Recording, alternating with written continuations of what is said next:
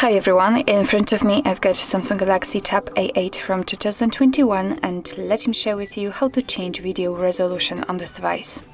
So first of all, let's enter the camera app, and right now we are in the standard photo mode.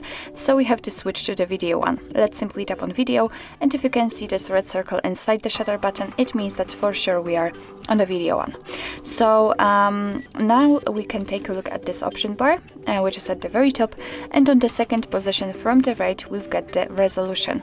Let's tap on it, and as you can see we've got only two different options. So we've got the FHD option and HD option applied, available, and both of them are with 30 frames per second.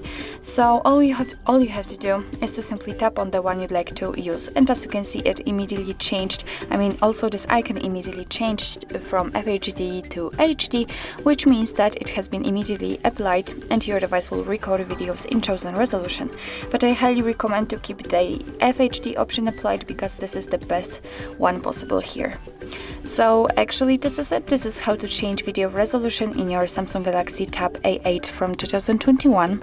Thank you so much for watching. I hope that this video was helpful, and if it was, please hit the subscribe button and leave the thumbs up.